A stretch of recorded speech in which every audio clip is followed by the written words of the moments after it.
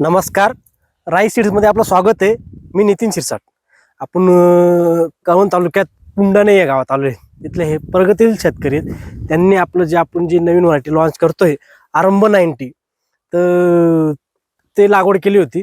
तर आज त्यांच्या क्षेत्रामध्ये पण आलेले आहेत आणि त्यांच्याशी आपण आज थोडी चर्चा करूया की त्यांना आपलं आरंभ 90 ही बियाणं कसं वाटलं.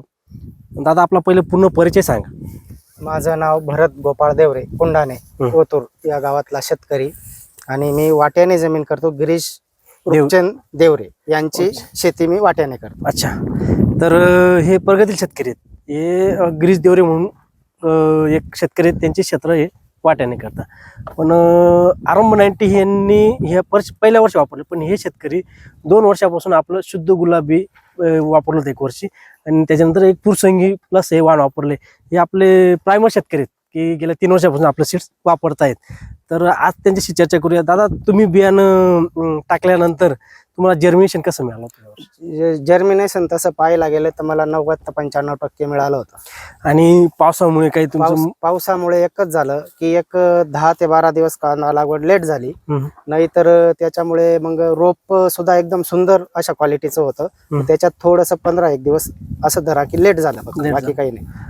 ही किती दिवसानंतर आज काढणी झाली? किती दिवसाचा कांदा झाला? 95 ते 100 दिवसाचा असेल. 95 दिवस.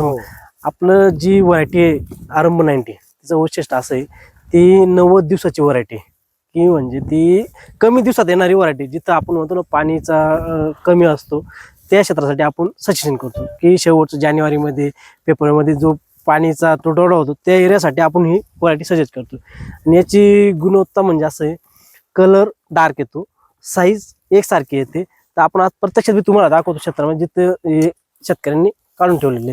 तर प्रत्यक्षात आपण बघू शकतो कांद्याचा साईज, कलर.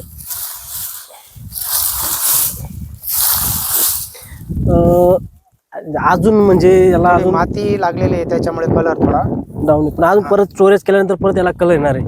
आणि आता मार्च एंडिंग नंतर काही पावसाचा अंदाज सांगितलाय, त्याच्यामुळे शेतकरी थोडे घाई करताय आणि उपटणा करताय.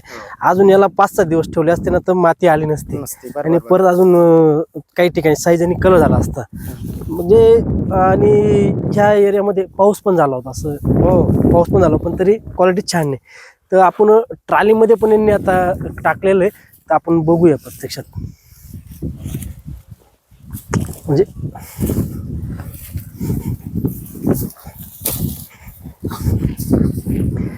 अजून तुम्हाला काय वाटलं बियाणाबद्दल? तुम्हाला काय वाटतं की बियाणं 1 नंबर आहे, काही विषयच नाही त्याच्यात.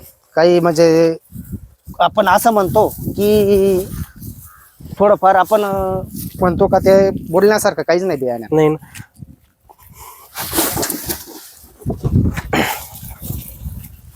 म्हणजे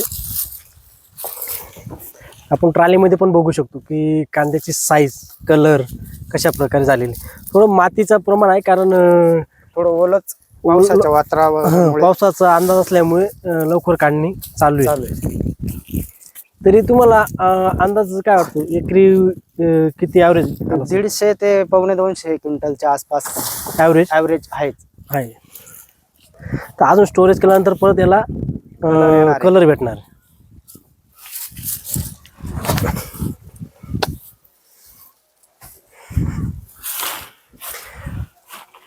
राई येतो सही आहे.